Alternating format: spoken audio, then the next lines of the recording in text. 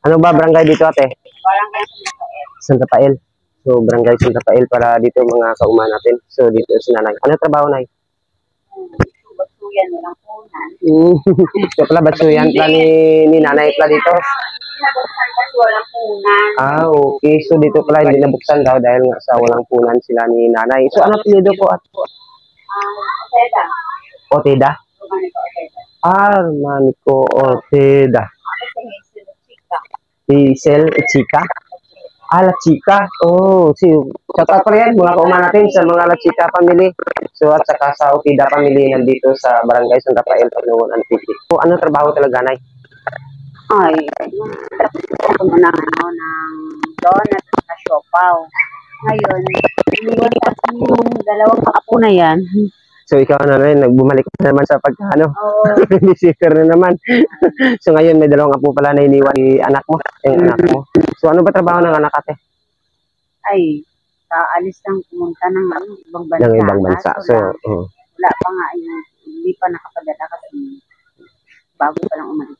Sige lang. At least makaahon din sa buhay. So dito pala kanday ate La Chica at saka Mister po ang Malawa. So kuya, so kami ate Hazel para magbigay dahil ang ginagawa ni Boy Uma umiikot lang kung sino madaanan at mapusuan ni Boy Uma, nabibigay ako ng kahit kunting tulong. So sana man lang matanggap ninyo ang kunting tulong lang namin ang ate Hazel. Malaking tulong na yan po, sir. So mga kauma natin, nandito tayo kay ate Hazel. Sa ngayon, nagsimula pa lang yung karir ng kanyang anak ngayon ng ibang bansa para makipagsapalaran. So shout out dyan sa lahat ng OFW dahil sa kayo po ay talagang dakila dito sa bayan ng ating Pilipinas. Dakila talaga kayo OFW. So saludo talaga ako sa inyo. Dahil kaya nyong iwan yung pamilya nyo para mag-ibang bansa. So nandito tayo kay Ma'am Hazel at magbigay ng kahit kunting tulong man sa ngayon, Ate Hazel. So sana po matanggap ninyo ito ang yung ibibigay ko ngayon sa inyo, ate. So huwag niyo na kalimutan mga kauma ko na mag-follow, like, and share sa Facebook page ni AJM Salgado alias Boy Uma. So ate, may bibigay si Boy.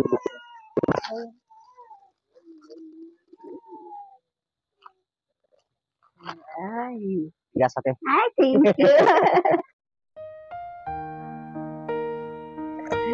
Dahil dito, abot pa kamay ni ate yung kanyang apo. So, nandito tayo nagbigay ng kunting tulong. So, mga kauma natin, pasalamatan lang natin dahil umiikot si Boy Uma ngayon sa araw na ito. At saka hindi pa nagtatapos yan ate. May bibigay pa si Boy Uma sa iyo. Ate Hazel, ito. Thank you.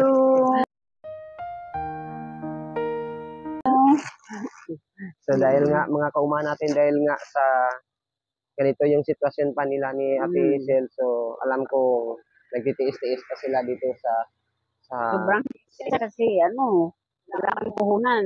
Kung maglako ako, dala-dala ko to. Kaya nga pala. Kaso lang, ang problema nga, wala nga kaming puhunan. Hindi kami makagawa ng donut sa siopaw.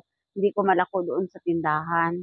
So, nahirapan talaga si ate. Nahihirapan ako at saka wala pang puhunan ng batsoy. Kahit nandito lang sana ako, gusto ko sana may laman yung tindahan ko kahit paano. Para hindi naman ako makapaglako na dala-dala ko ito. So dahil nga sa maliit pa yung apo ni Ate Hazel at saka yung gusto niya sana yung magkaroon siya ng dito ng mga tinda na hindi na siya maabala pa sa mga apo at saka para makahanap rin siya ng hanap buhay nila mga kauma. So mabuti lang napadaanan natin dito sila at bibigyan natin sila ng kunting tulong. Kung hindi pa nagtatapos yan natin, may bibigay pa si Boy Uma. Na hindi mo talaga makalimutan. Souvenir. Thank you. Oy, Team Boy Uma. Kung titingnan ninyo, mayroon nyo rin natin. So mga kauma natin, nabigay na natin dito kay Ate Hazel, yung mga kunting tulong man lang. So dahil nga sa first time natin dito pumasok sa San Rafael para magbigay, na kahit na marami na tayong barangay na pinuntahan dito, papunta na tayo ngayon sa bundok. Kasi first time natin dito pumasok sa San Rafael at magbigay. At ang unang-una talaga natin tinulungan yung mga Oteda family, La Chica family, sila ni Ma'am o ni Ate Hazel. So shout out dyan sa lahat ng mga kauma natin, La Chica at Oteda. Shout out kayo dito ni Boy Uma. So ate, ano masabi mo ate? Ay, ang gusto ko sana humingi ng ano, ng kahit konting tulong na mabuksan itong tindahan ko. Kasi hindi ako makapaglako at saka gusto ko talaga sana na mayroon akong ano, puhunan na batchoy kasi kailangan namin yung ano, yung paninda namin para hindi kami makaano, hindi kami makaikot ng mga apo ko. Kasi dala-dala ko to kahit umuulan eh, mabagyo. So yan Kaya ako talaga. maghanap ng ano kasi meron kasi ako mga utang-utang. Kaya ano, talaga, ano nga yung kailangan ko, yung puhunan talaga. Para naman kahit pa paano may puhunan kami ng ano, ng pang-araw-araw. Eh, wala rin kami bigas. Minsan lang kasi siya nagtatrabaho. Ngayon nga na bagyo, wala kaming ano eh. Wala pambili ng bigas kasi wala siyang trabaho.